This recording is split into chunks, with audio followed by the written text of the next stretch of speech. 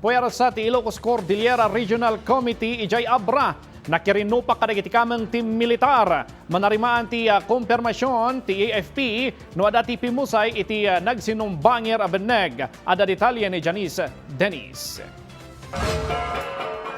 Manarimaan ti hot pursuit operation ti 50th Infantry Battalion, ti 503rd Infantry Brigade ti Philippine Army kontra kadagiti miyembro ti Ilocos Cordillera Regional Committee wenno ICRC. Idi July 19, naadaan ti rinnupak dagiti kamang ti militar kan makakanigid a grupo, iti nagbadengan ti munisipyo ti Tineg kan Lakub Abra.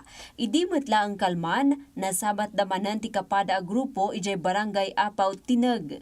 Right now, we are continuing yung ating pursuit operation para mahanap itong mga tumakas na mga communist terrorist groups. Ang purpose kasi natin dito, why we are going after them is to enjoin them to surrender peacefully.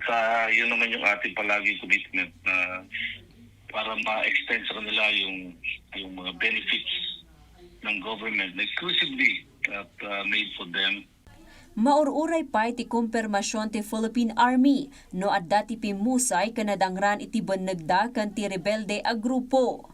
Impaganatgat ni Major General Seneres, akim mapoyan ti ICRC gaputa dumanon laeng iti 12 ti nabatbati a miyembro da nga an-anupan ti militar.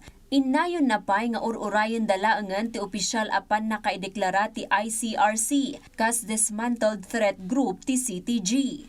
12 na lang yan ang inaabol natin. Kaya nga, although mahirap kasi konti, but with the help of the communities, natatrack natin kung nasa sila. Itong remnants natin, hindi na nila kayang mag-organisa, hindi na nila kayang maggawa ng mga karahasan. And what happened in the past 2 days is a result of good intelligence. Nung nalapitan, kaya nagipit bumira sila. Gapu iti dayta, kidaw na sumukon dagito iti gobyerno. Tapno may paayanda iti nagduduma at tulong babaan iti National Task Force to End Local Communist Armed Conflict. Kabayatan na, imbinglay na nga adda ti pending a resolution ti Regional Peace and Order Council para iti pan nakaideklara ti entero a Cordillera, iti stable internal peace and security. Babaan iti daytoy, mapapartak ti isusuko dagiti makakanigid a grupo. Babaan iti panagtitinulong dagiti militar, lokal a gobyerno ken komunidad.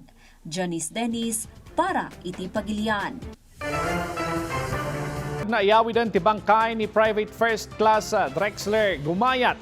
Api musay iti rinnupak iti nagbaetan ti 50th Infantry Battalion ken makakanigid a grupo ijay Tineg Abra.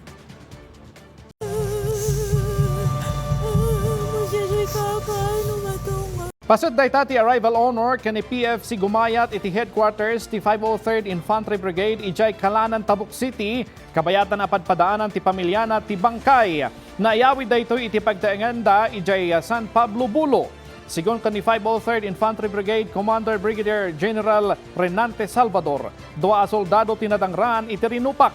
Karaman ditoy ni Private First Class Jake Awingan Manipod Pasil Kalinga.